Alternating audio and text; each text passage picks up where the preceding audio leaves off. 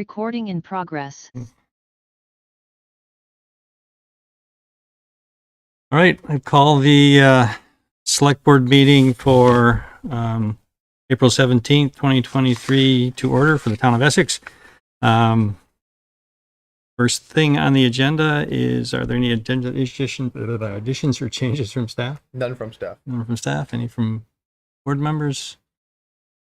I'd like to change 7E to 6E to allow for public comment and discussion.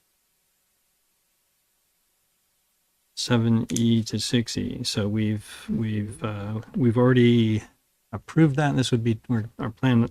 Our expectation tonight is to adopt it. So you want to move that up and have a discussion? Just to, yeah, allow discussion and public comment. Okay. Just because we changed some things, but, you know, have a chance to stay back. I don't know if there's any feedback. Greg, you want to click the OK on that so people are not covered up? No. Sorry. Any other requested changes?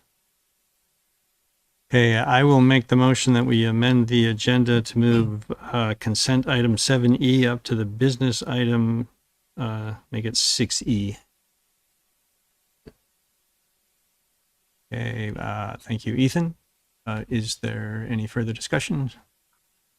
All those in favor of amending the agenda, please say aye. Aye. Opposed, say nay.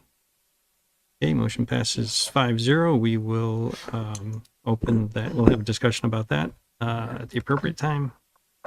Okay, moving on to public to be heard. Public to be heard is a time on the agenda when attendees can address the select board on town business that is not on the agenda. If you'd like to speak during public to be heard, you can either raise your hand in the room or use the raise hand feature in the Zoom application to find the raise hand button. If you move your cursor to the bottom of your screen, click on reactions. It will offer you the button that says raise hand. If you raise your hand, then I will recognize you and allow you to speak. If you don't have access to that button, I'll give you an opportunity to speak as well after others have spoken.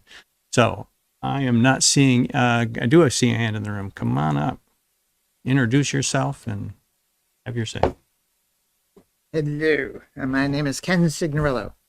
Just want to remind folks on their driving home tonight is probably going to be a peak migration night for salamanders and amphibians. Oh. So put your, especially on dirt roads and neighboring wetland areas, put your high beams on, watch for the little glimmer, drive a little slower than you might otherwise, and give the little guys a chance to make it across. Great night to maybe catch a yellow spotted salamander, which would be kind of a fun thing to do. So just watch out for that on your driving home tonight. That's all. All right, thanks, Ken. Okay, Betsy Dunn. Oh, great. The have I got? Oh, you can hear me. Hi, thank you. I just want to notify you that the Conservation and Trails Committee has been awarded for the Essex Town Tree USA status. So just want to let you all know that and then the public know. Thank you. All right, thank you, Betsy. And Patty Davis. Yes. I just wondered if you all have a pen, if you could jot this down. A couple on HGTV, they're millennials that I follow. It's channel 768. This coming Sunday, a town was picked in Colorado with 11,000 people. They picked this town and they're traveling around the country to redo and to revitalize towns. And anyway, it's called Hometown Takeover. It's this Sunday at 8 p.m. on channel 768 HGTV. They inspired us so much, this young millennial couple. We remodeled our entire house because I was so hooked on this show. So I wanted to share it with you because if you guys are ever interested, I would be more than happy to enter Essex and they do a drawing and they pick a town, and the next group they're going to pick, they're going to try to pick someone from the Northeast, a town about that size. So wouldn't that be cool to have free money, huh? Anyway, food for thought. Thank you. All right. Thank you, Patty. Is there anyone else who'd like to speak?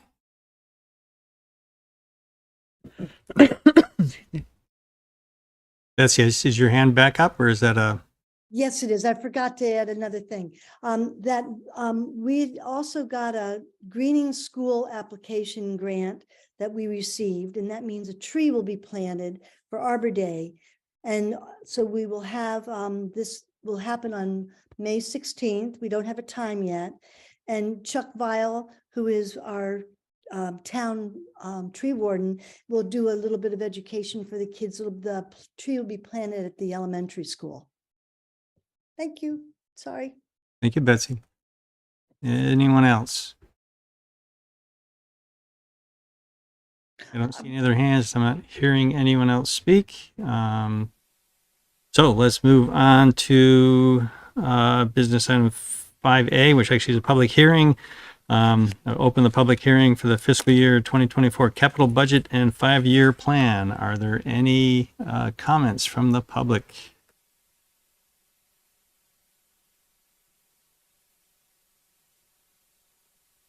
Betsy. Yes, thank you.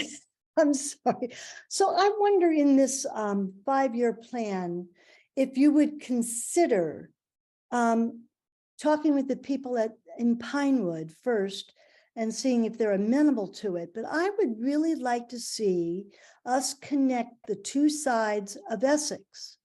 And we could put a bridge in similar to what South Burlington did, but this is just connect Essex to Essex and go from the lower part of Perry Fields behind the middle school and go over to the trails that are on the other side of 289 and have a arching bridge, a walking bridge over it. Not a big bridge. It's not for, motorcycles or anything like that. It's for bicycles and people to walk. And the kids on the other side of town can walk over to the school or ride to go to school or ride to go to the playground and or the pool. I think we need to think about how to connect them so that they don't have to use the Route 15 way around, because that's a lot more dangerous. Thank you. I think ARPA money would be available for that. Thank you. Thank you, Betsy. Any other public comments?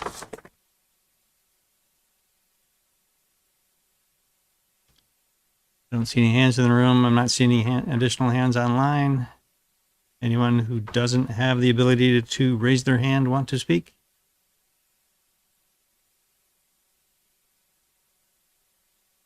Not seeing any. So we make a motion to close. Move to close the public hearing. Thank you, Yeah, Tracy. the hand just came up. Oh, a hand just came up. We'll withdraw them. Okay, Patty. Patty Davis, your hand is up. I'm sorry, is it too late? You just made a motion and I think I'm late. I was just going to mention to tag team with Betsy that I've already spoken to a well-known and another innovator of towns, Jeff Speck. He's an architect, but it would cost us $12,000 to get him here, but he would be. I've been communicating with him, and if that's something like a bridge or whatever you all want to do, his name is Jeff Speck. So if I just want you to know that he's a resource I could provide should anyone want to develop these great ideas like Betsy just said. Thank you. All right, thanks, Patty.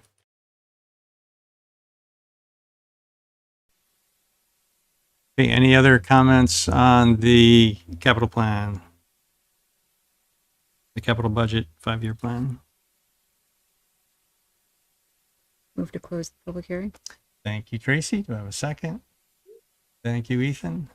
Further discussion from the select board? We'll actually have a discussion about it after this, I guess. So, Okay, all those in favor of closing the public hearing, please say aye. Aye. Opposed, say nay. Okay, motion passes 5-0.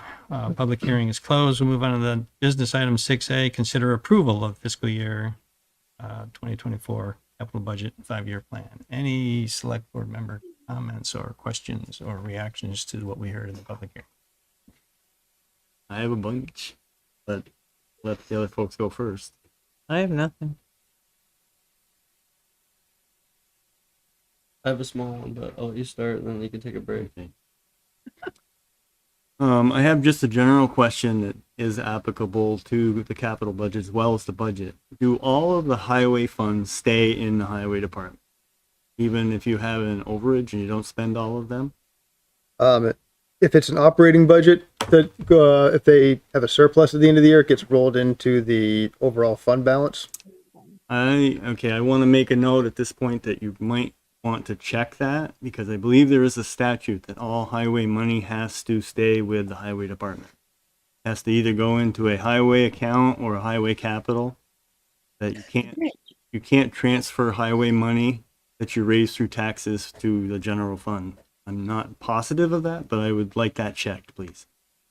I can check that. And if you're able to, if you have any research or anything on hand where you can point us in the right direction, that would be great too. I believe there's a statute in Okay. the transportation Okay, transportation. about highway funds specifically. Continuing along on that, I was given this by Don. Thank you very much. The Public Works Department Management Audit. There's a tremendous amount of information in there. Once again, Dennis, super impressed. We have consistently for years been underfunding our paving and road reconstruction, specifically by his management audit that he does in here. So I would like to increase the highway paving capital by 60,000 to get us to the minimum number that Dennis recommends for here, that we should be at just to keep even with our required maintenance and replacement of roads for the paving budget. Where do you propose that comes from? I do have a couple places that you might be able to take it from. I'll get to that after I make my proposal. The other one that is very clear looking at this, again, from Dennis's information, is that stormwater is substantially underfunded.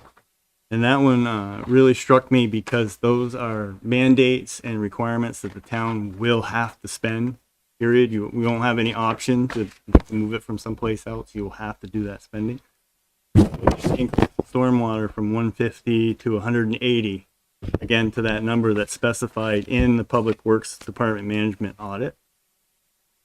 The other thing that I think we should look at potentially increasing the capital set aside for is the salt shed, because there's a significant amount of savings both in staff time and effort that you could realize in the short term, as well as actual purchasing of the salt that they move, because they spend a lot of time now storing salt all over the town to get as much as they can in the summer.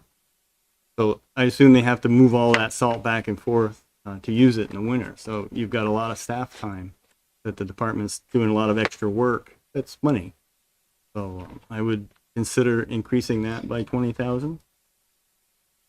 The other thing I was wondering if you could do is the police capital. I find very confusing in the capital budget because it's split between the city and the town. Would there be any way to actually pull all of the police capital out of the capital budget and have it a standalone item, kind of like the water and sewer budget, so that you could see, you could look and see what the actual cost for the police department, both in capital and operating, is, and split between the city and the town in one place, versus having to look at, I think there's only a couple line items in the actual budget for the police department. And then as far as possible shifts go, the dam at Indian Brook, you've been saving a significant amount of money to replace that dam. And there was a dam that needed to be replaced in another town that was going to be a significant cost. And they did a massive grassroots effort of fundraising and grant procurement and donors and everything. And they ended up getting a lot of money from outside of the town to do the dam, to replace the dam.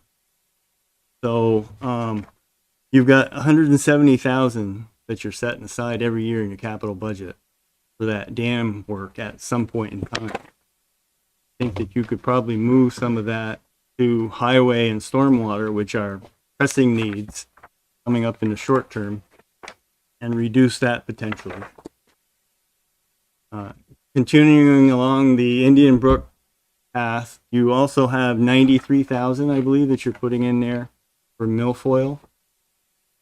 And the state is in the process of evaluating whether that is going to be a program they're going to continue or allow based on the toxic pesticides they use to do that. So you could potentially pull some money out of that 93,000 line item to put it towards highway or somewhere. Sorry, I'm looking at the Indian Brook one. I don't see any money going into No, that it's this year. balance. That's I all was gonna say, I balance. don't That's all see balance. anything going That's in all either. balance. There's not. This is estimated spend future year 25. Yeah. The gray line next to it. So there's no money. That's future year 25 balance. That's where we're projected to be I don't- balanced after this year. Right. I Okay, don't so see you're anything just going in moving there. it along. There's money there, but it's not. We're not putting like this capital plan doesn't have any money heading towards there. Okay. The money that's in that account is just currently in that account. Okay. That account's not a locked account though, right? You could move money out of that account? If there's another priority, yeah. It's, And So that would be my no suggestion, money for that milk either. right? No. move some money out of that account Yeah. towards your yearly expenses that you have. And did I catch the milfoil right? No, there's no money there either. No money there either. It's Just 93,000. 94,303 is the projected balance for future year 25 Yeah. as of 6. The other thing I wondered about, it said there is a undesignated capital funds available, so you could move some of those towards these line items as well.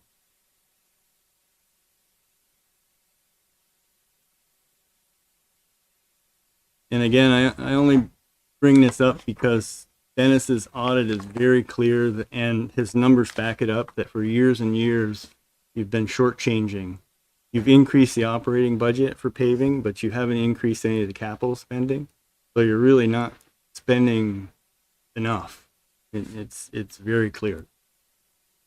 So, and I would just say that when you drive around Essex and you look at some of the paved roads, it's pretty clear that he looks for a 15 to 20 year life, and I bet that some of those are right there.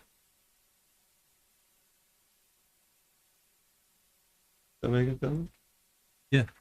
I would just like to touch on the fact that after separation, we only had, I believe it was, sorry if my mind fails me here, $280,000, right?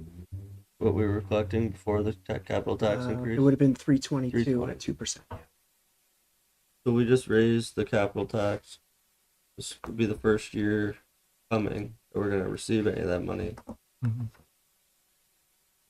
We used undesignated capital to cover the deficit for last year. That was part of the thing that me and you were actually pushing for when we first. We used fund balance. We transferred fund balance Capital fund into balance, right? no, just fund balance. There's no capital It's fund balance. undesignated. I mean, there's undesignated money that's capital. out there that's designated as capital funds. So that doesn't add to So we use fund balance. to fund cover balance. That's money from the general fund that wasn't spent. We took $200,000 from that and put it into undesignated capital. cover any deficit we might have if something arose. And Or we did that allocated. to allow for flexibility, perhaps for what Kendall was talking about. You know, if and I don't know. I mean, I have to let Greg or comment or Dan comment about the grants that might be associated with any of these things. You know, paving or stormwater and so forth. And I don't know if that is taken into account with regard to your suggestions about. He says it's possible that you might be able to get some grant money, but the numbers that he has for this are based on to make sure that you have match money for those grants, because you have some major projects for stormwater and roads coming up. So that's what he emphasized, was that this was the minimum amount that you should look at budgeting, so that you have enough grant money so that you can make a match. Like if you get a $10 million grant, you need a match for that $10 million or so. So I guess I want to comment that we've already approved 5-year a capital budget and a 5-year plan that didn't include the extra penny. And so the recommendation we're getting from staff is where to put that extra penny. So if things that you're talking about are things that we've already approved, you're bringing the, Yeah. Yeah, I mean, it's possible this may be redundant, and it's possible that it may be covered, but these are the items that are very important that is clear.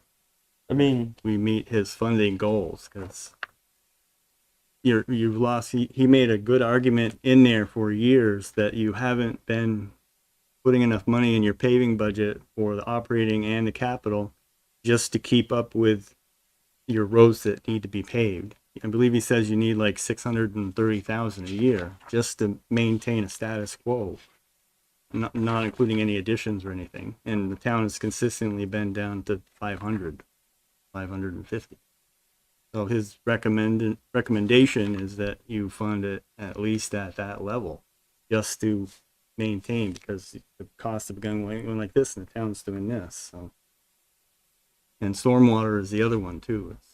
There's significant costs coming up for that, and we're underfunded.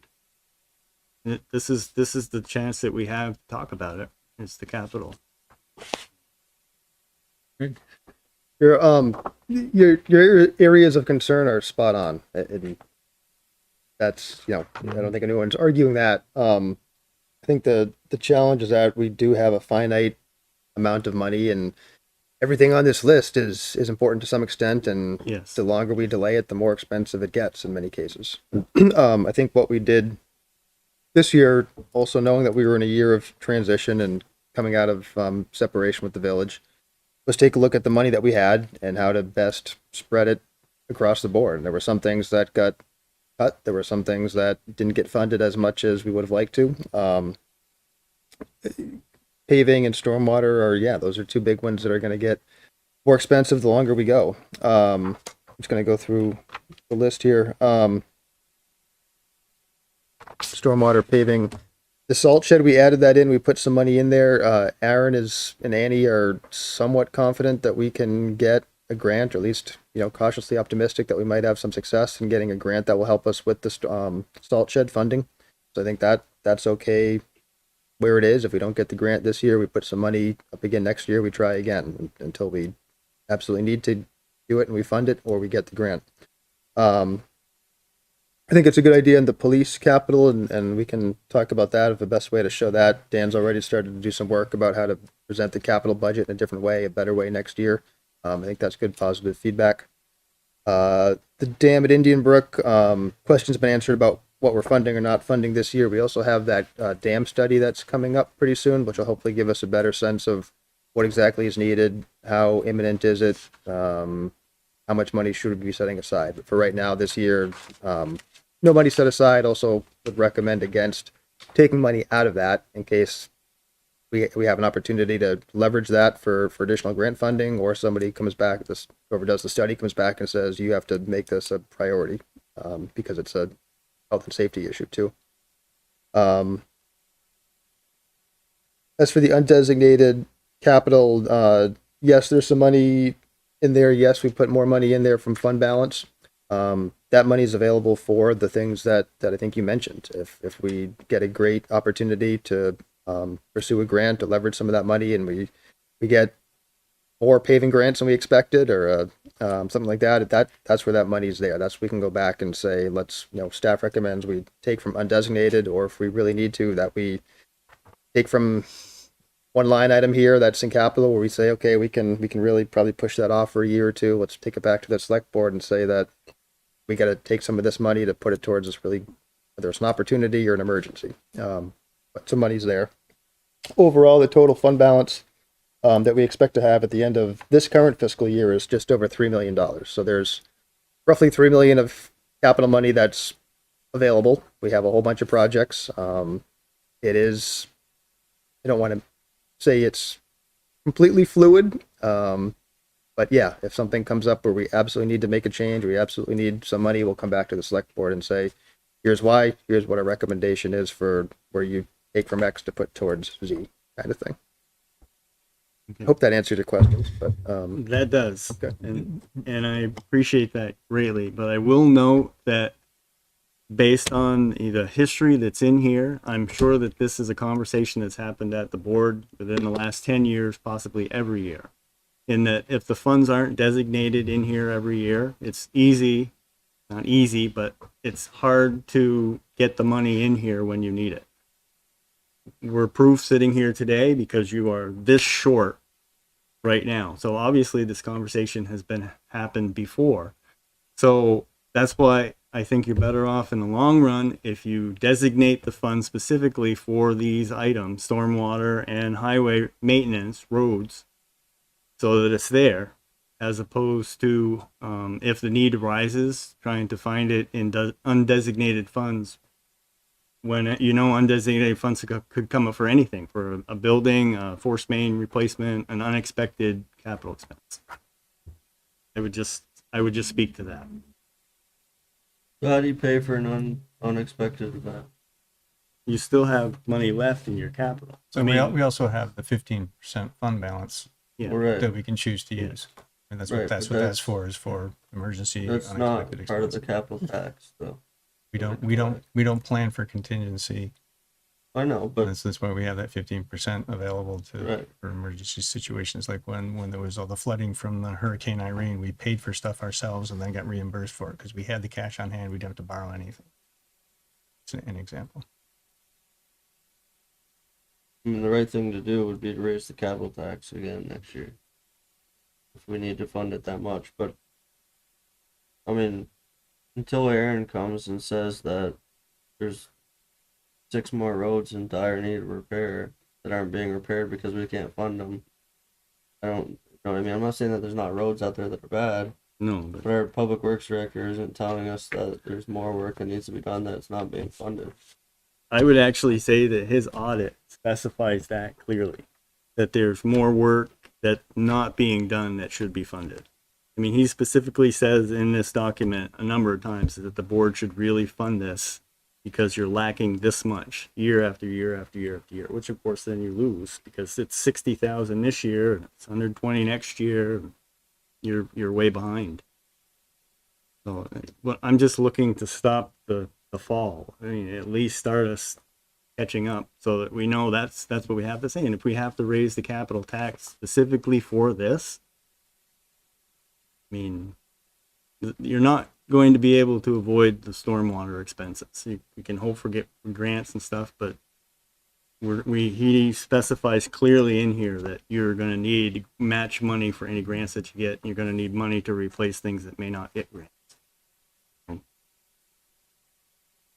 And I know that everything on the capital is important, and but we have lost ground because we don't have as much funding as we did. So if we need more, I think it's pretty straightforward to ask the voters based on the information that we have on hand. We should be funding what we need, our essential infrastructure. So, thank you. Thanks, Kendall. At this point, are we actually able to change the amount that we've? We can't, without another vote of the public, we That's- can't change the tax rate. No. What Kendall's suggesting is that we shift money around. But in- can in we the do that without another public hearing is what I'm saying. I don't know. you could. I think it would probably be wise if you're going to make any significant changes to warn it again, especially if it's significant changes coming from the board. It's just questions. Go ahead, Ethan, you had questions. I'm just trying to understand better where you want to take the money from. From undesignated. Yeah, I mean, That's my only question. Is where, because I mean, if we have 3 million undesignated, then I would suggest that you take the money from that undesignated and increase these two line There's items. only 483,000 in undesignated. 3 million's total 3 balance million for all of our accounts. Yeah. There's $483,000 of water main break run us next winter for $150,000. Yeah. Two of them could run us for 300. And we could be, But find mold in the fire station. And yeah, That's where Kendall Not wanted to take the 500,000. 60,000 from? but that what you you're could saying? reduce that by the 90,000. So that you had 393,000 in your undesignated fund and increase these two line items to the amount specified by the Public Works. So I wonder if we're getting a little bit tangled up. So we have $3 million in expected total capital fund balance expected for the end of fiscal year 23. Of that money, about 729,000 is projected to be undesignated. Within the confines of the 3%, 483,000, there is no unrestricted money portion in that amount.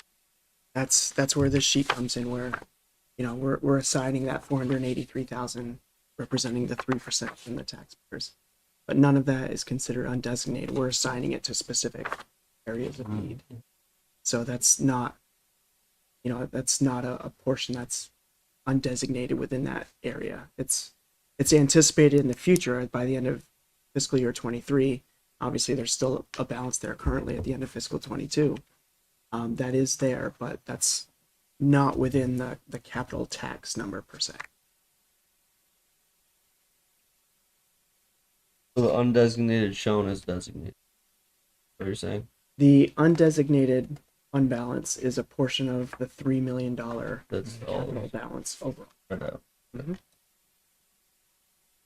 I mean, I see your point about the roads, but I'm a little bit more concerned about the fact that there's only $20,000 for salt shed if I was going to move anything. And again, the salt shed, that wasn't even listed, the Until 2 cents, even that we put that in Yeah. with the proposal for the 3 cents with the Yeah. understanding that we might have an opportunity to get Get a some grant grant. money. We want to put something in there so it's on our capital plan. Right. We might as well go back to dirt roads if we don't have a salt shed. And it's easier to spread on dirt than pavement. But I don't know. I think this brings a good point to a good conversation about for our yearly planning about capital plan for next year, capital tax for next year. And I don't know that there's a lot, in my opinion, that we can do this year to change. I mean, we made the change when we did our budgeting process. Me and you brought the point to bring in the two. I forget what it was. It was 280,000 roughly from fund balance that we transferred over to meet the 200,000. So we made it to 3 or 5. Yeah, 520,000. Is that number listed in here? What we? I mean, there is a column for operating transfers on an annual basis, fiscal year 24. Spreadsheet I'm looking at doesn't have that Yeah. because it's it's Yeah, it's a separate. past action. It's assigning fiscal year 22 items essentially. Right. So it kind of, that's more looking backward from where this document.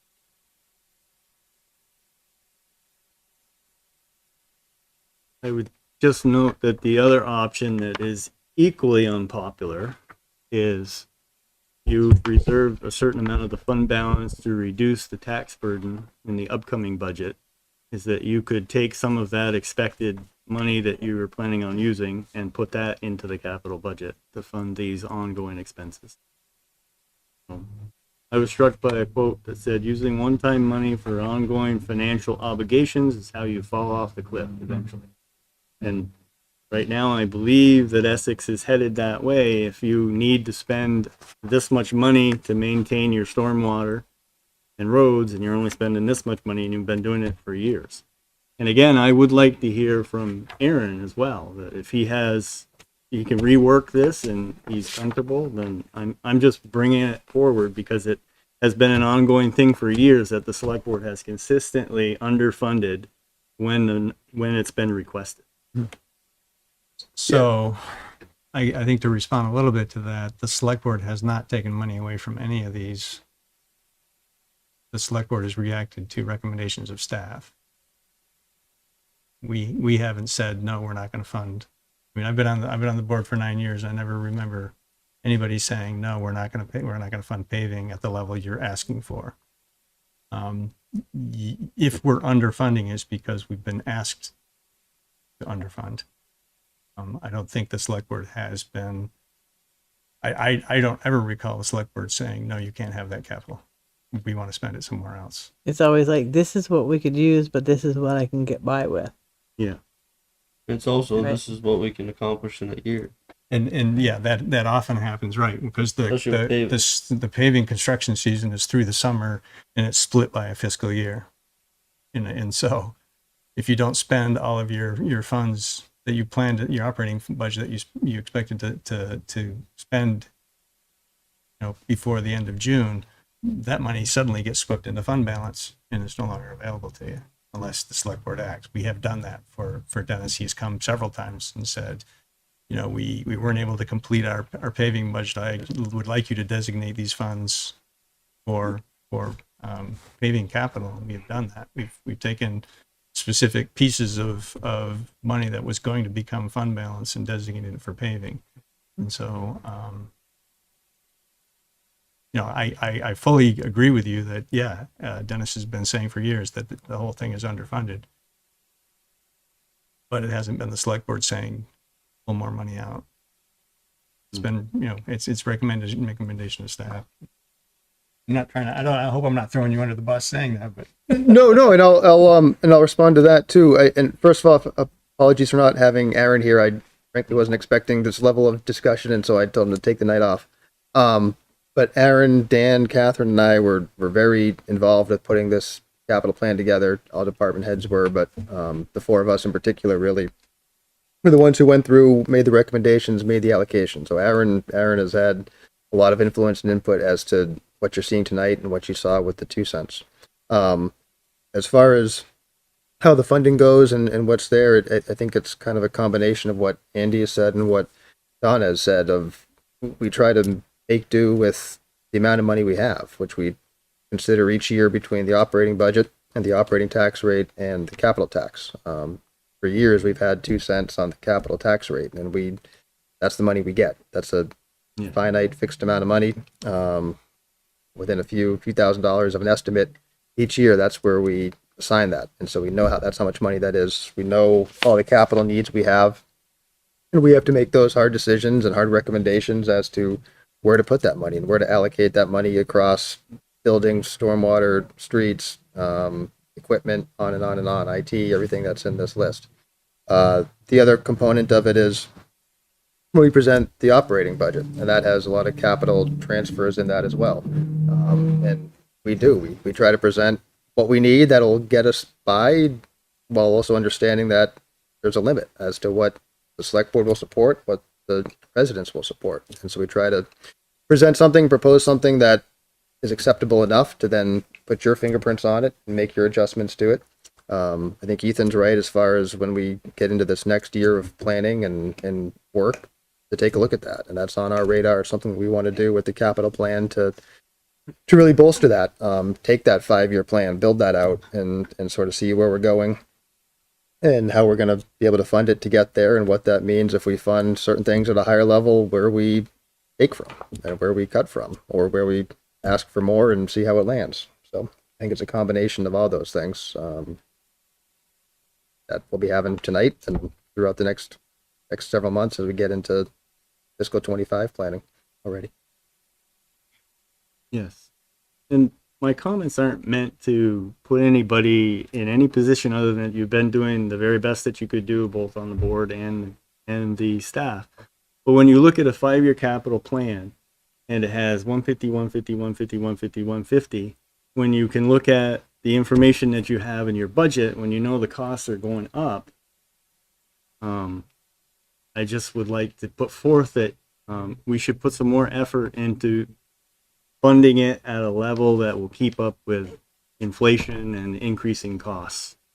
And maybe the board that you have now is in a position to look at that, is the new town, and start the town off at the right, because we're kind of behind the 8 ball. That's all.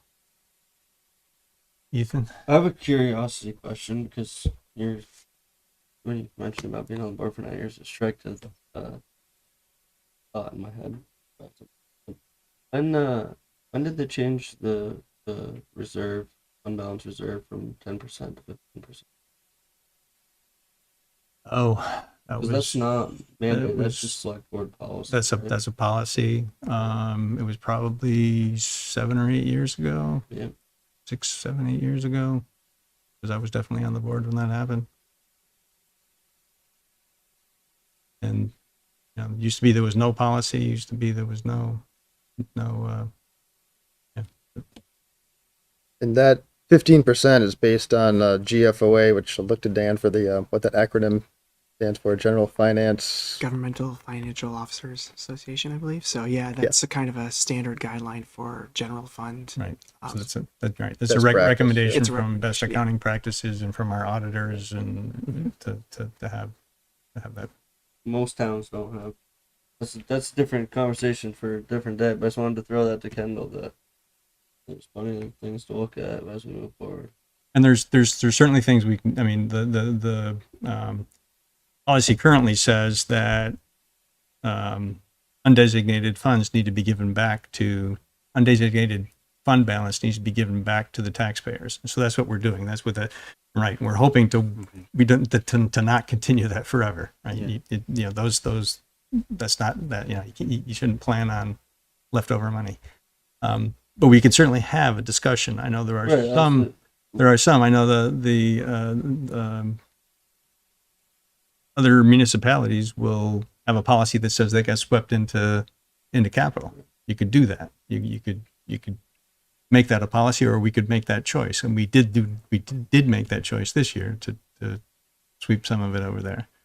So but there are other, I guess I'm going off too. Yeah, far. I was just throwing it out there as more to my idea that I was saying before is, and I don't say this to say it like I'm about to say it, but this is pretty much set in stone. You know what I mean, we did what we did with what we had. To me, in my eyes, when I was looking over this, like the things I'd asked questions about before, is I can now understand better and plan for how I want to see it next year. But we're at the point now where this has to, you know, that we have what we have this year. I wasn't a fan of the $20,000 of the soul shed, but I understood that it's possibly a couple years out. We may have the opportunity to even be elected for the grant in the first year or the second year. We have the ability to transfer money from fund balance to match. Now, if they come to us and say, we need $85,000 to build the salt shed, Greg's going to write up a proposal and come to us and say we need $65,000 to secure this grant to build a salt shed by 2025 or whatever. And we will do that. And that's kind of where I'm like, I support what you're saying because I'm all about investing. I think we're going to have to really plan harder this coming year for future year 26 or 25. What year it is. Okay. Unless there's other on the table. Don or Tracy, any comments? I'm good. Make it on your list when we do planning. You That's gotta right. get it all Remember that. covered. Next Monday, right? No, next Monday. So yeah, Strategic planning. May Mondays. 8th is our strategic planning We have meeting. 4 So meetings in a row. right, so we've already approved a version of this that didn't include the additional penny. Town staff put effort into setting their priorities to where that they think that extra penny should be distributed. We could tonight have a discussion or ask for a different recommendation from staff per Kendall's suggestion, or we could approve this and ask for a strategic plan. And I think it's already, we've talked about this a number of times to flesh out the 5-year plan, figure out how we move forward with capital going forward. And I'm you know, I could say I'm not a big fan of operating transfers. I think we should be more transparent and rather than, you know, having operating transfers have a higher capital tax. Kind of thing, you know, so there's several ways to look at this going forward. So I guess, I don't know, do folks want to change things around in this plan, approve it as it is? What are thoughts? I'd like to see it approved as is, and then during planning, take up, you know, a future plan for how we're gonna do this. A good block of time in for Yep. it. Make it a priority.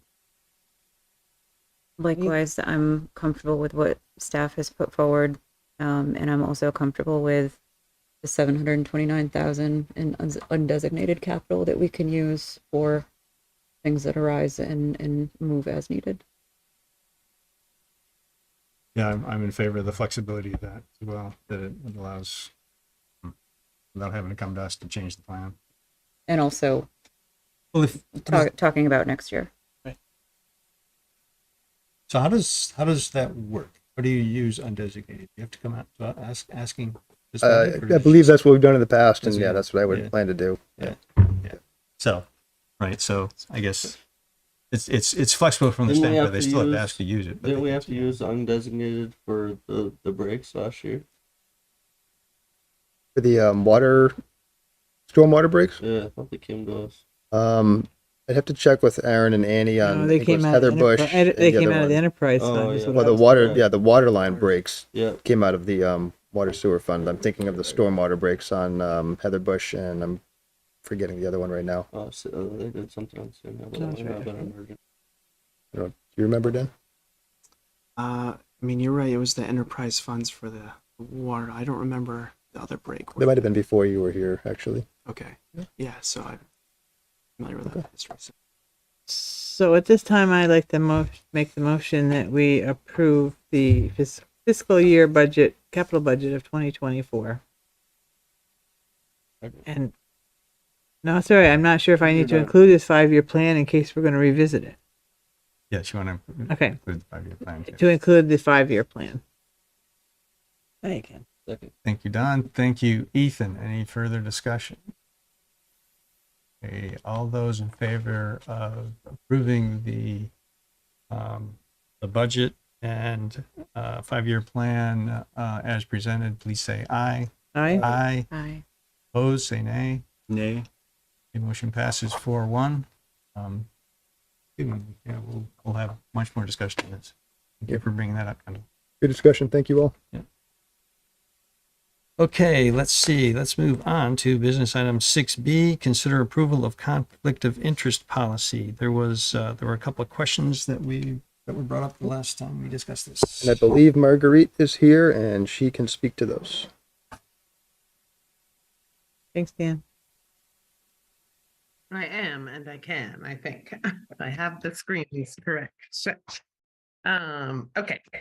So yes, essentially, let me see if I can get my video. I'm sorry, I'm in a little bit of a different place tonight, so setup is a little different. But essentially, as we discussed at your reorganization meeting 2 weeks ago, there was just discussion around not necessarily wanting to approve this or sign this policy just yet or approve it for this year due to the fact of it not being explicitly stated in there that you could be employed and be on a board in a position of power being elected. So looking through this all and working with Travis on it, it seemed like actually the better place for that would be where we put our employment sort of guidelines and where those policies lie, which is actually the the personnel guidelines. But then after sort of discussing that, it was brought forward that actually another place you could go is putting it in the charter.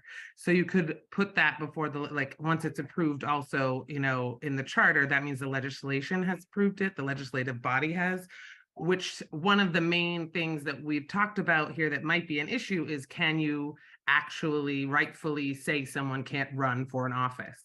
So that's kind of what we're grappling with a little bit.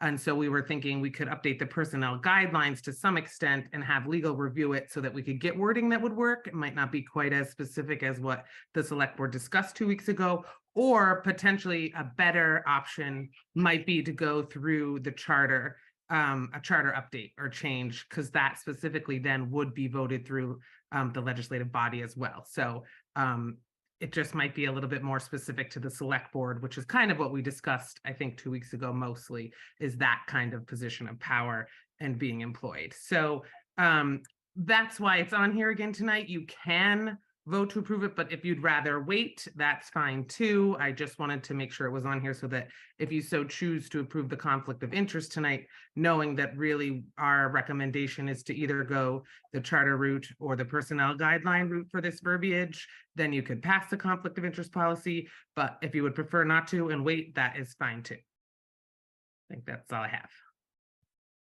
Any comments or thoughts, comments, questions? Board. I like the way it's written now.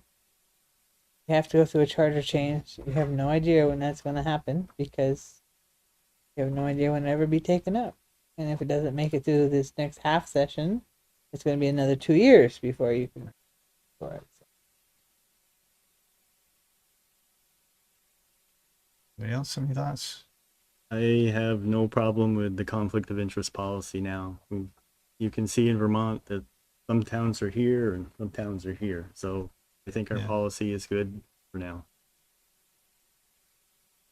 Yeah, I think the same. I was just a little more curious to know about the, I guess what would be the hiring policy, or what was the Personnel guidelines. personnel? Yeah. Is that something that probably hasn't been revisited in a long time? We did an update. Marguerite, you remember, was it last year? Maybe we had some. It was yeah, exactly. It was last year. Essentially for that, I think it comes almost every year. You can correct me if I'm wrong, Greg, but we kind of wait for 2 or 3 items and then kind of clump them all together and put it before you at that point. But, Yeah. you know, if this was important, we could push it up, basically. Yeah, I mean, we can talk about that at the planning too, but the only thing that I'm okay with this. The only thing that I would recommend or offer, I guess my opinion on, would be to just have the clause of 1 year. So that way there's no influential accusations or, vice versa. So if you're serving on a board for the town, you cannot serve on that board for a year before you're employed by the town.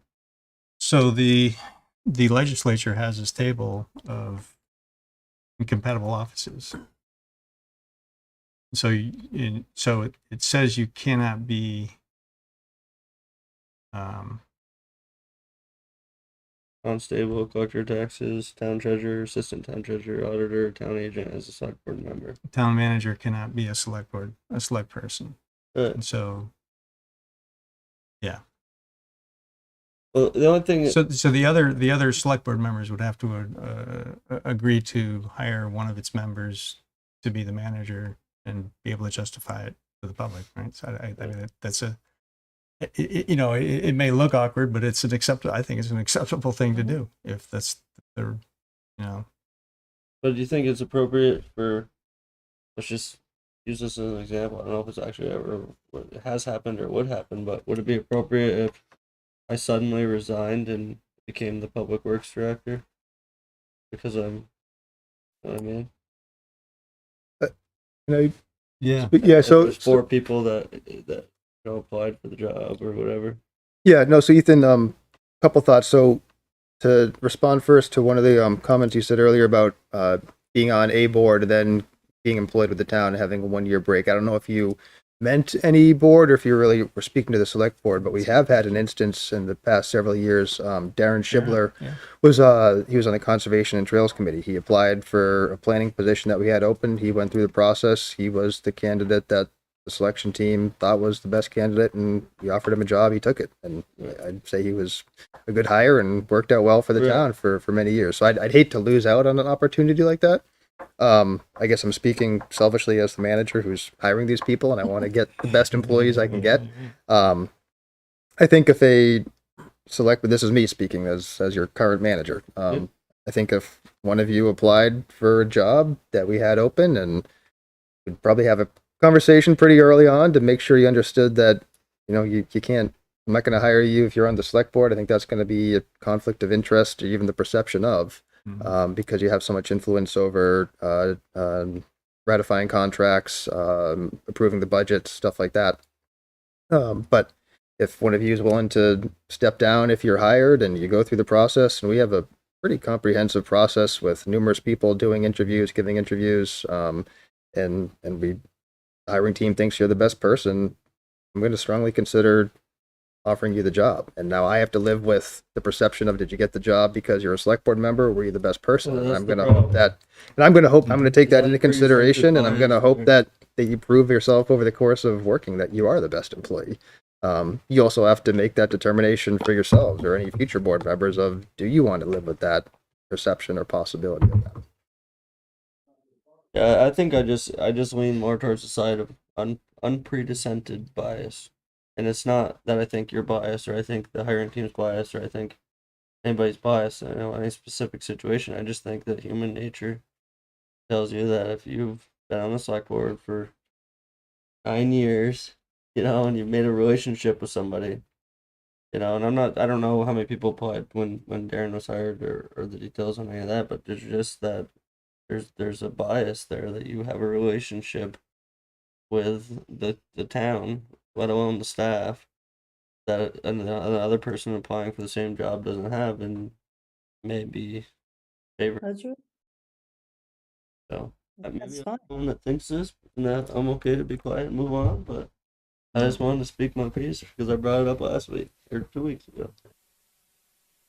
And I would speak to that in that I respect Greg immensely. It speaks well to his character and the current board that we have. Then I'm comfortable that is the procedure that would be followed. But as we have seen in Vermont, that's not always the procedure that's followed, and we don't know what's going to happen in the future. So that's why the question came up, was that there should be some kind of blanket policy that goes forward when it comes to conflict of interest, because there is that perception.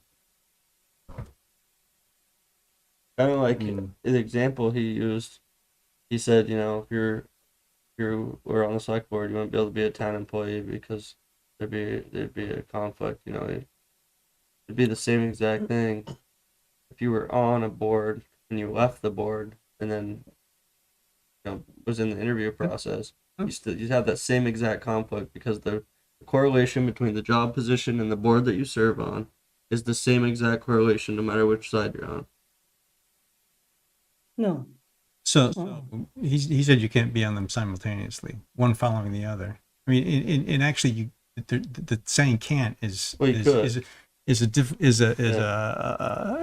I don't think we can legally tell people that they can't accept the job. Then it's job discrimination at that point. You can't do that. I don't think we can say you cannot work for the town. We Just have- like we can't say that somebody who works for the town can't Can run for serve the on select a board. board? They can. They absolutely can. Or they can serve on any volunteer Would committee you that fire we them if have. they won the election? No, that would be. I think that would be illegal. Yeah. They would have to judge for themselves whenever they're sitting at this table whether or not they have a conflict of interest with what's being discussed. And that's how you recuse yourself. And then they would have to. They could choose to recuse themselves. But I'm concerned about the legality of the five of us telling people who they can and can't be employed by, or whether or not somebody can run for a public office. I mean, it's defined for certain things in the statute. It's defined in statute. We can't set statute. Well, I understand that. That's why Marguerite brought up the charter question. You put it in your charter, and then it will be. I mean, if the legislature approves it, then it becomes law, and you can do it. So that's where I have concerns about putting any restrictions on people's employment or ability to run for public office in a policy.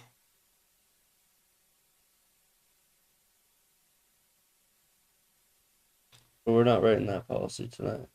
It's just Well, asking them to look into it and find out the legality and contact their town attorney and give us the answers. No. It's just a question. Can it be put in the personnel policy? I asked it. I didn't say change this. I just asked a question about moving forward. If it can be done, then that's fine. So I don't the think oh, sorry, I'm interrupting. I just don't think that. No offense to, especially myself. I don't have any law experience. So I don't know if there is or isn't. And So one other question. So, one comment I want to make about we used the word guidelines was used, the personnel guidelines. Many of our employees work with a contract, and so the guideline is not the final say, right? It's their contract. We don't have anything in anybody's contract that says they can't run for public office, right? Trying to think if I'm the only person who has an actual contract. We contract out. Well, but there's that- there's an employment agreement. Union employees have an employment agreement. Is that Oh, what I'm it is? sorry. Yes, Yeah, yes. yeah, Okay, sorry. I have individuals. Yeah. Well- And so, right. So you're the only management level person who has a contract. Correct. Right. Yep. Right. So, okay. So it just depends on which level he can't you're be talking it, about. Right. So I don't. That was all. Here you go. All right. So are you suggesting that we change the policy? No, I said that I like the policy. Okay. I just asked that we. Okay. I was just asking town staff to look at our. Okay. I can't say it the right way because I've tried 3 times now and said it different each time, but the personnel. Guidelines. You're good. I know what you mean. Okay. Maybe I was confused when you started talking about the 1-year clause No. about us not being able to. You can put that in the. Okay. Put that question. It was just question in a the question. okay. That's what I raised last Okay. time, and that's why I was just clarifying to Marguerite that this is just the guideline that we use, Okay. and then looking at. If I may, I think this is a good discussion to put on for May 8th Yeah, to figure out how exactly. much time do you want to spend That's on why I this? said I'll Do you be want to push quiet, for move charter on. change, guidelines? Yeah. Yeah, where does it fit else in the work plan? Where else does it fit in the work plan? Make the motion. We approve the conflict of interest policy. Do we have a? Can't. There's got Oh, public yeah. to be heard first. Public to be heard. I'm sitting on my hands being good here, Alright. Ethan. All right. How come it's not? Usually letting you me go do that. No, I was learning my lesson. I was just being really good here. I learned mine too. Betsy Dunn has her hand up. Thank you. So, I think that when Marguerite said, put it into the, HR area, I think you lose those of us that aren't hired by the town to be on the committees. And we should have that ethical, conflict of interest as well when it comes to things that we're doing. And I especially mean that when it comes to planning, because they have got millions of people that come through there that they're looking at, and they're a best friend. Are they going to stand opposed to them? And if they don't think they can do that with a clear head, they should recuse themselves as well. And having it in the charter takes it out of that. And the other thing I just want to say in passing is that our committees are your proving grounds for people who might become part of the select board or a part of the town management, because you're growing leadership in those committees. And those committees are really integral to the flow of power within the town. That's all I want to say. Thank you. All right, thank you, Betsy. Just to comment on one thing that you said there, the statute allows the planning commission to set their own conflict of interest policy. So this conflict of interest policy does not cover the planning commission. They have their own by statute. That's a huge issue. So, sorry, I might have misunderstood your comment and gone off on a long tangent there, and I'm sorry for that. Okay. Any other comments on any or from the public or from? Hearing none, I make the motion that the select board approve the town of Essex conflict of interest policy. Second.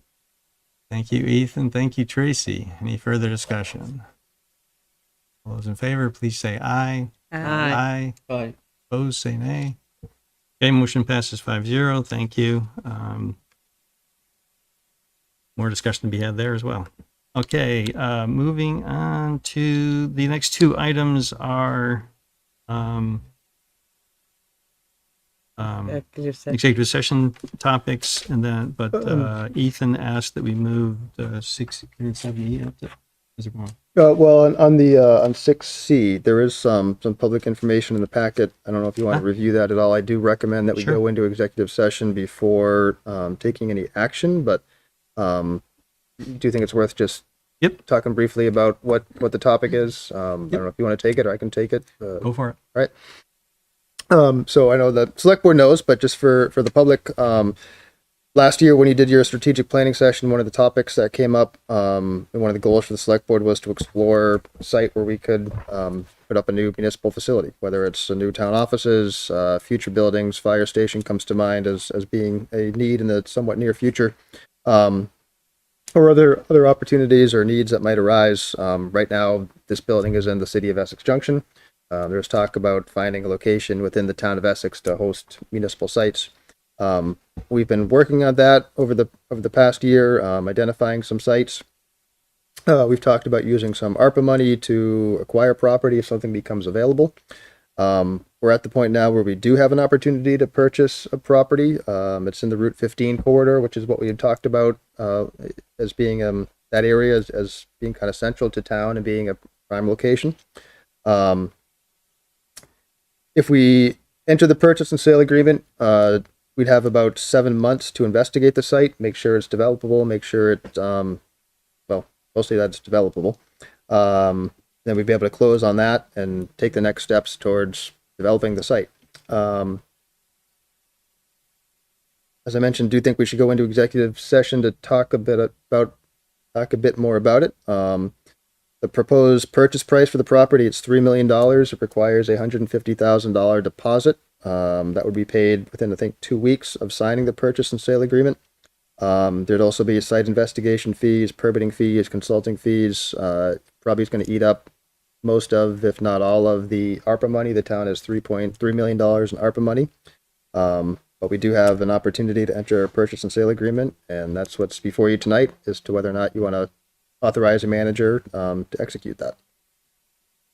Okay, great. Thanks, Greg. Any comments or questions to make at this point?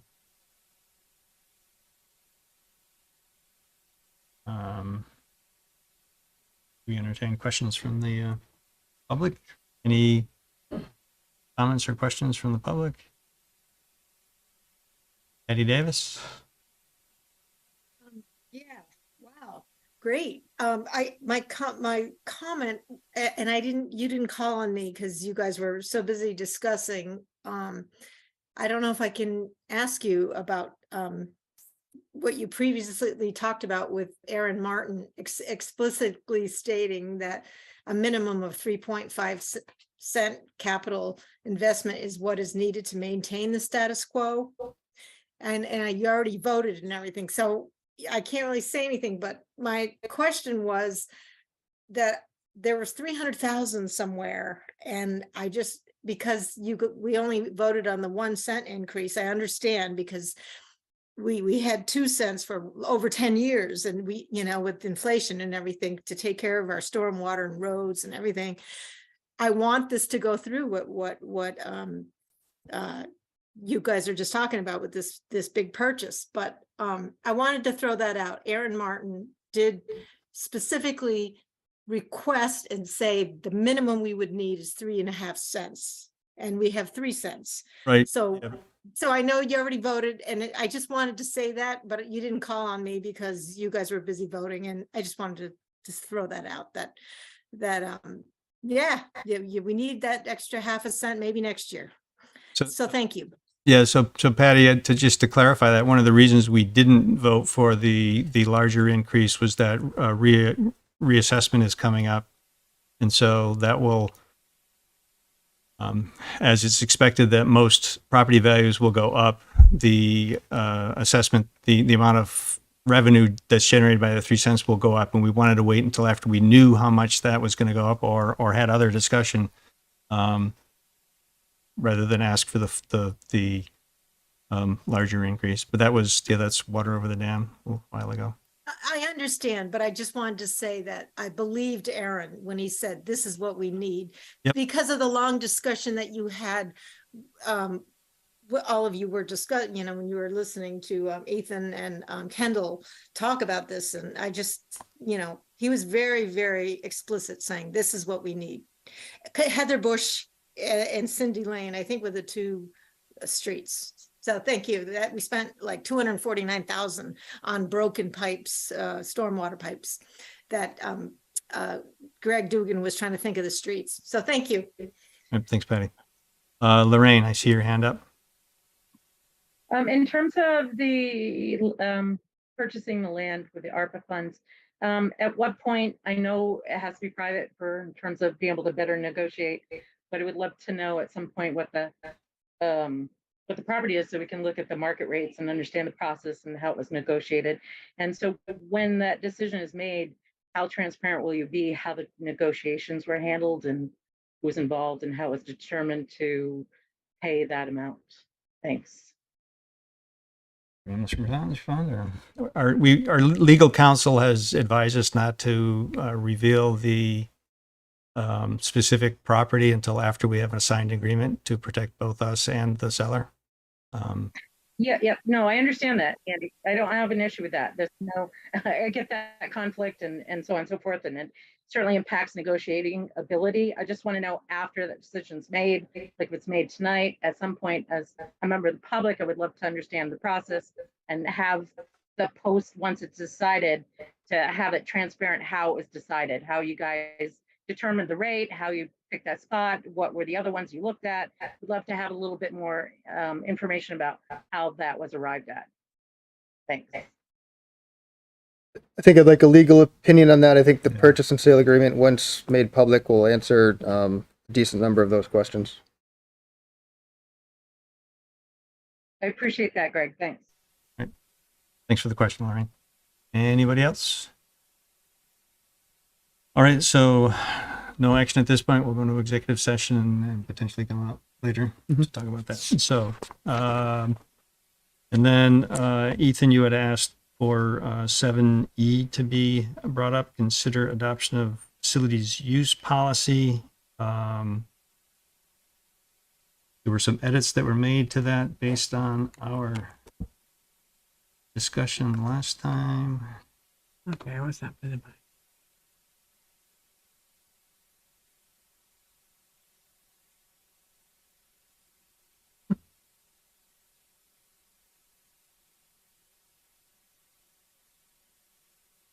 Should I go first? I can run through the quick Yeah. changes if you Yeah, I'm want. trying to bring it up so we can. So Yeah, I'll so wait after the minutes. And then mostly minor changes in the under the purpose section in the first paragraph. We added town facilities for organizational or business types of events can be used. That's for your political or religious organizations.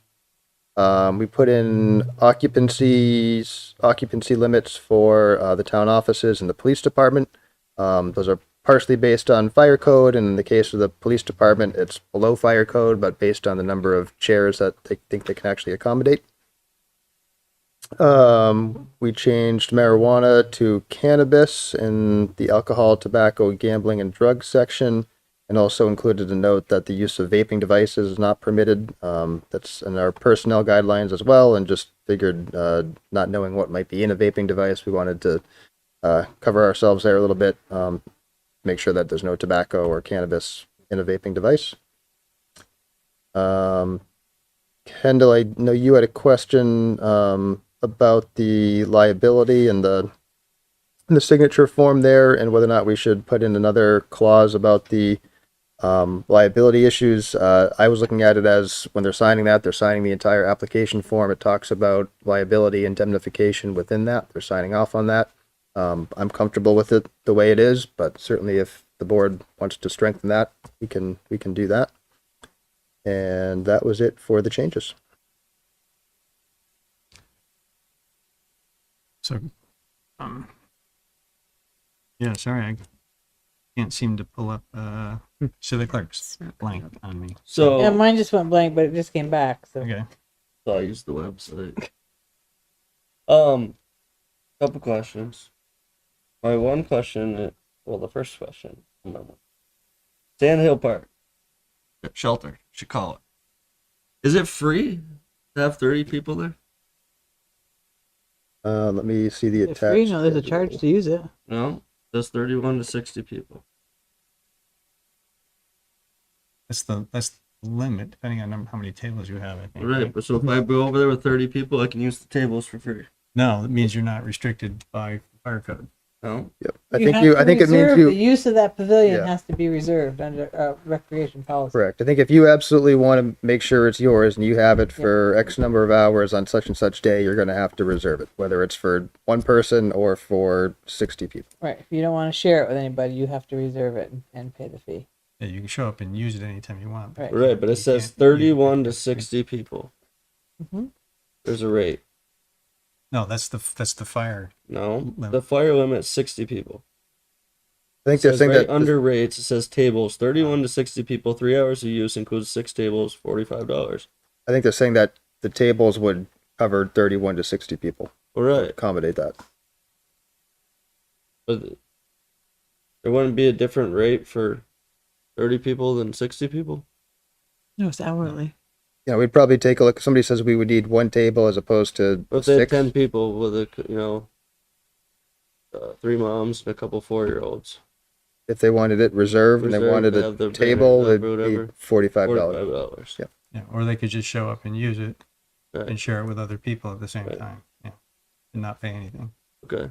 And then why I picked Sand Hill to talk about first was because last week it was brought up that, or last week, 2 weeks ago, it was brought up that we don't charge for the town offices or the police department because it's the taxpayers already paid for it.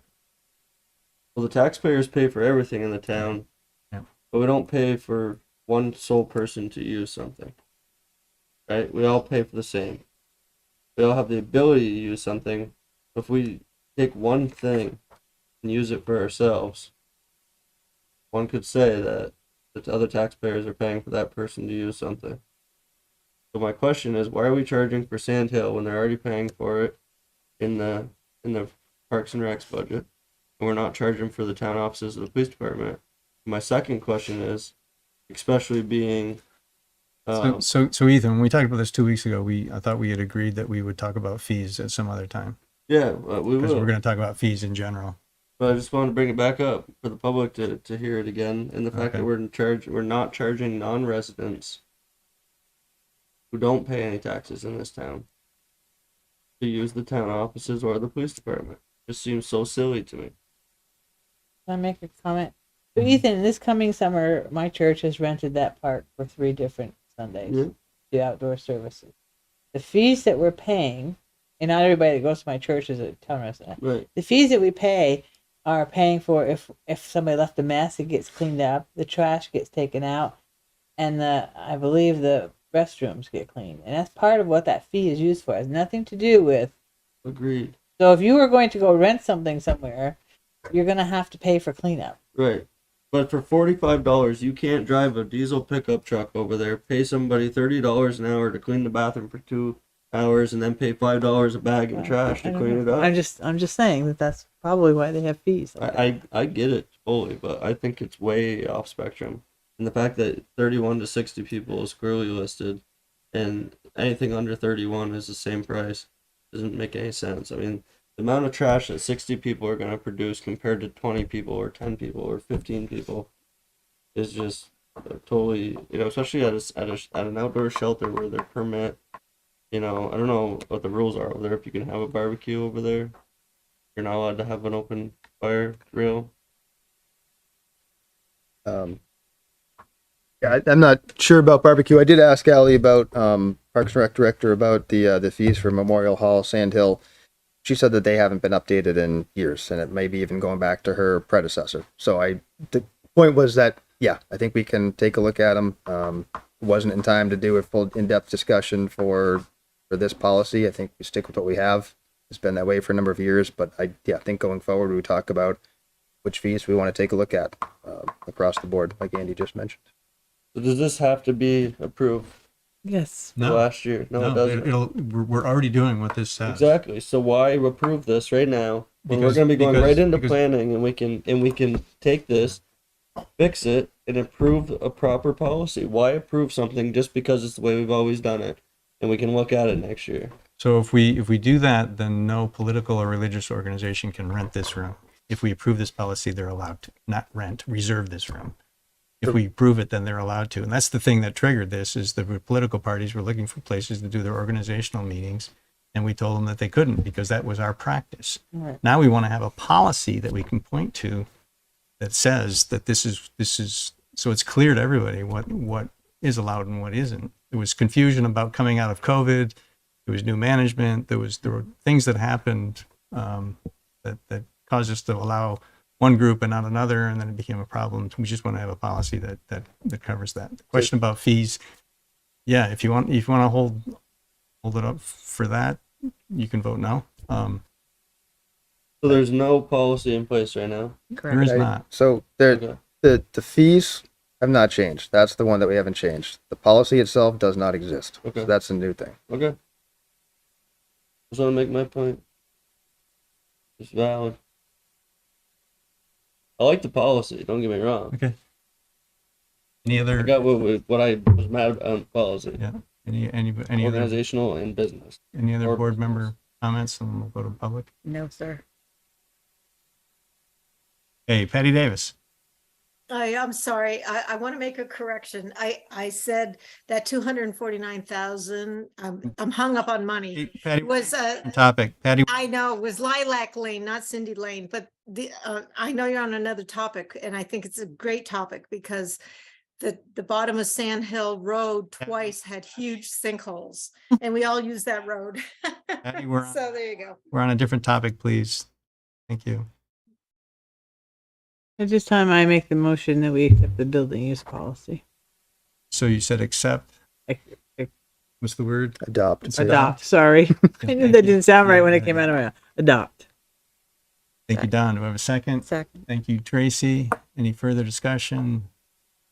All those in favor of adopting the policy, please say aye. Aye. Opposed, say nay. Nay. I didn't got Nay. no, I heard he, you. No, I said aye. Okay. Okay, motion passes 4-1. And okay, thank you. Thank you for Mhm. putting that together. And Thanks for we'll feedback. have- This time I make the motion, we accept the consent agenda. thank you, Don. Second. Thank you, Ethan. Any further discussion? Any discussion on the consent?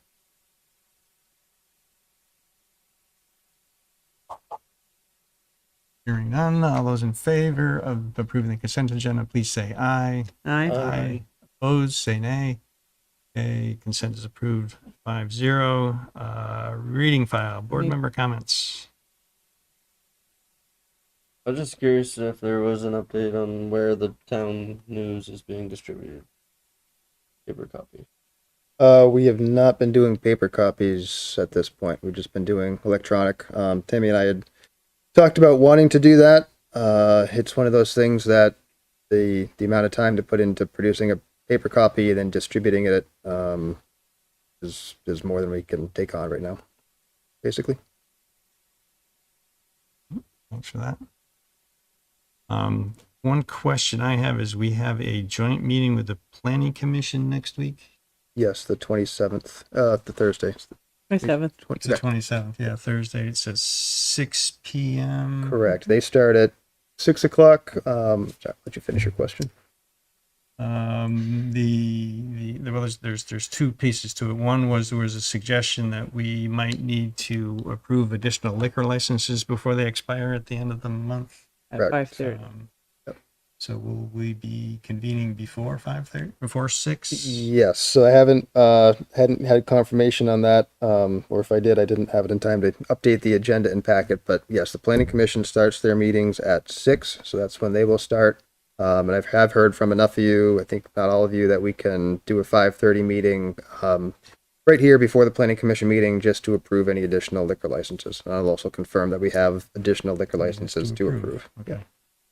And then the other part of my question is because we've call it a joint meeting? Is this a planning commission meeting that the select board is attending, or is it actually a joint meeting that will have its own agenda and minutes?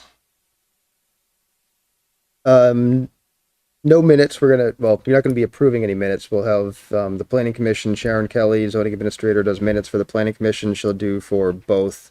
I believe the planning commission is gonna have additional business after the meeting with you. We're still gonna warn it as a select board meeting. You are meeting, you're convening, you're discussing select board business, so we're gonna warn it. Is that answering your question? So I'll have to call the select board to order, Yes. do all the usual things. Okay. And then we will adjourn at the appropriate time and then either stay or go if we choose to Correct. as residents. Yes. Okay. All right. All right. So I know, Don and Tracy, you said you were 5:30 available. Mm-hmm. I don't know. I It's can do 5:30. okay. Okay. All right. Because it was problematic. We only need 3. That's just the point. We'd have to be unanimous. So, okay. All right. Any other? Thank you for including information. Looking forward to looking at the future agenda topics, the items that are on there for that. Okay. I did have a couple comments. But you have comments? Go ahead. I was just going to note that I did send an email to Greg about the water and sewer budget, both budgets. That he'll get back to me at some point. Trying to get ahead of the curve so I don't take up a lot of time in the meeting. I did want to ask why Essex hasn't adopted a declaration of inclusion and then modify it after the fact, as opposed to waiting until whatever happens to adopt it. Because there's more than 100 towns that have adopted the language that's in there, and they don't really see any controversy in that language. So just thought I'd ask. You want to that respond to that? You want me to? I would turn to Marguerite and, Right, or right. you, and I can Uh-huh. chime in if I feel like there's anything else to say. Marguerite, you want to comment? Sure. Yeah. I think it was just at the time that was sort of the recommendation we got from the committee, Essex Best. And so we were going off of that as that's what the committee put forward. And at that time, of course, 100 towns had not signed this declaration of inclusion, and it kind of, there wasn't necessarily a thought that it would just kind of be, that there would be a lot of buy-in necessarily. And so I think now maybe that's changed a little bit, but that's why then it was delayed, because then also Essex Best decided, to look at what it is as a committee. So it got kind of put down lower on the list, but is now kind of, as they turn into a cab, this would be the last thing that they kind of would do or help us do.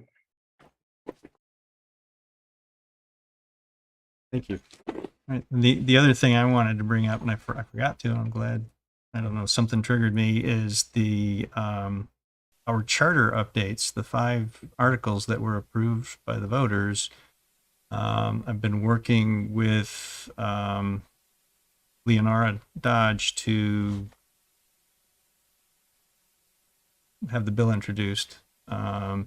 She had asked that Greg and I look at the draft of the bill to make sure that it contained everything that it should, and discovered that it inadvertently deleted our planning commission altogether. And so that's being fixed. It was probably fixed this afternoon. I think it'll probably be introduced here pretty soon to the legislature, at which point I don't know if we'll be invited to testify or not. I don't know how those things go. In the charter that was sent to all of us, or in the way it was presented to the state? So the documents were sent to the state by our town clerk, explaining to them what changes were approved by the town voters. And so they just wanted to make sure that everything that was asked for was actually in there. Just wanted us to have our eyes on it rather than just introducing it as it was. The way it's written is it took me a couple hours because it's a lot of cross-referencing. They don't actually do a document markup. They just say this section moves to this section, and there's a list of numbers which section goes to which, and they're in sequence. So it was a right up my alley for things I like to do with regard to cross-checking, that sort of thing. And but yeah, found out that they inadvertently deleted the section that establishes our planning commission. It was the only thing they got wrong. If you'd like, I could share out the bill as well. I'll read it in my free time. Apologies to the planning commission. Mr. Chairman, there's a person with their hand up. So we're in reading file board member comments at this point, right? So Okay. The only final comment I would have is that the town meeting exit survey results were very interesting. I'm hoping we can continue that. Thought that was great. yeah, we used to do that on paper, and we'd get like 3 responses. And this was yeah, a much better approach to that. Yeah, that was Dennis's idea last year, and Tammy made it happen the last 2 years. So, yeah, it's nice. Good stuff. All right, so we have executive session. Yes. I have the second one. Okay, I got the first one. I move that the select board enter executive session to discuss the negotiating or securing of real estate purchase or lease options in accordance with 1 VSA section 313A2 and to include the town manager and deputy town manager. Thank you, Ethan. Do I have a second? Second. Thank you, Tracy. Any further discussion? All those in favor, please say aye. Opposed, say nay. Okay, motion passes 5-0. I move that the select board enter into executive session to discuss the appointment or employment or evaluation of a public officer or employee in accordance with 1 VSA section 313A3 to include the town manager and deputy manager. Thank you, Don. Do I have a second? Second. I heard Ethan for that one. There you go. Okay, any further discussion? We will we may be coming back to make a motion on the purchase and sale agreement, but Scott, you don't have to stay, but we'll come back to this room, get into At this time, I can't come to executive session. We can go over to the clerk's office. Okay. Yep. The elevator doesn't work. Ooh, okay, yeah, we'll have another location. So we'll come back here, we'll rejoin the online meeting to make a motion if we choose to, and then adjourn. So that was discussion. So all those in favor of the second executive session motion there, please say aye. Aye. Opposed, say nay. Okay, motion passes 5-0. We go into executive session and